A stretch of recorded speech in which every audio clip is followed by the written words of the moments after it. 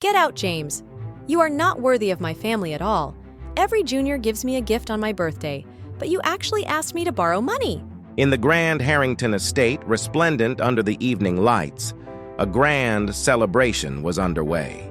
It was the 70th birthday of the family matriarch, Mrs. Harrington, marked by lavish gifts and opulent displays. Her grandchildren and their spouses presented her with gifts of extraordinary value. Grandma, knowing your fondness for tea, here's a century-old pu'er tea brick worth $500,000. And for your Buddhist faith, this jade Buddha, carved from the finest Heijin jade, valued at $700,000. Mrs. Harrington, surrounded by these treasures, laughed heartily, basking in the joy of her family's company. But the festive atmosphere was abruptly pierced by an unexpected request from her eldest grandson-in-law, James Ashton. Grandma, may I borrow $1 million? Mrs. Lee from the welfare home is suffering from kidney failure and needs urgent treatment. The entire Harrington family was stunned, staring incredulously at James. The audacity of the man. At such a grand occasion, he had brought no gift, yet dared to ask for such a significant loan. 3 years ago, the late Mr. Harrington had brought James, penniless and akin to a beggar, into the family by marrying him to his granddaughter, Elizabeth. Since then, the Harringtons had been scheming to drive him away, yet James remained unflustered by their scorn, maintaining his role in the family with quiet dignity. Driven by desperation to save the woman who raised him, James had no choice but to appeal to Mrs. Harrington for help. He hoped the festive spirit might soften her heart. However, Mrs. Harrington's mood shifted from joy to fury in an instant. She threw her teacup to the ground, snapping. Ungrateful wretch, are you here to celebrate or to beg for money? Elizabeth rushed to her husband's defense. Grandma, James didn't mean any harm. Please forgive him. At that moment, Elizabeth's cousin Vivian sneered. Sis, look at the trash you've married.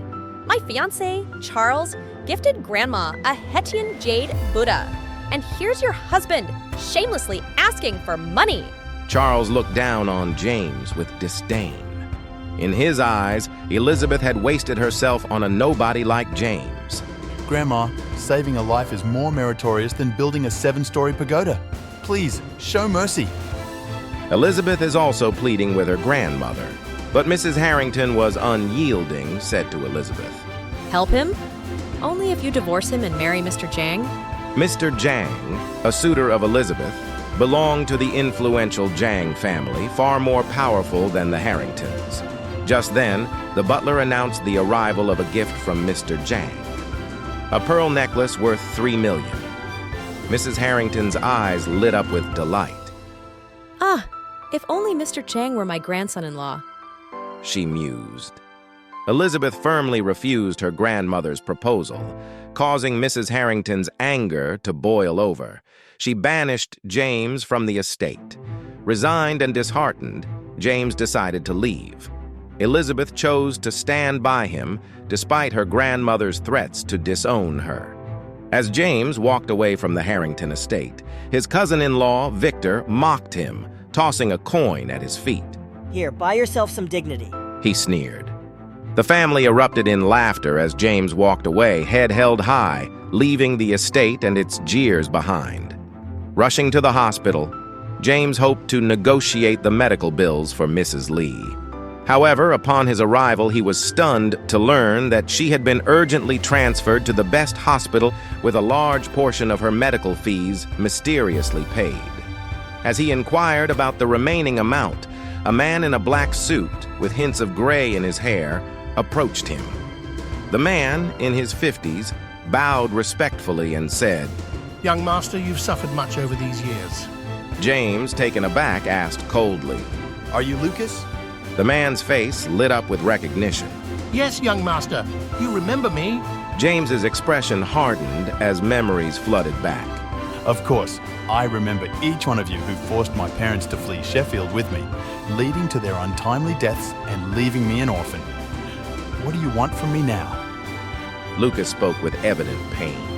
"Young master, when your father passed away, your grandfather was heartbroken. He's been searching for you all these years. Please come back with me to see him. James replied icily. I'll never meet him. I can't forgive him. Lucas sighed. Before I came, your grandfather said you might not forgive him, but he wants to compensate for your suffering.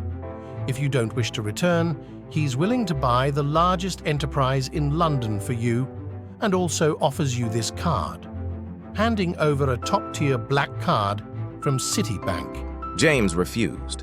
I don't want it. Lucas persisted. Young master, Mrs. Lee still needs $2 million for her treatment. This card can cover it. James, although suspicious, was caught in a dilemma. His compassion for Mrs. Lee and his father's teachings compelled him to accept the card, which, to his astonishment, contained $100 billion.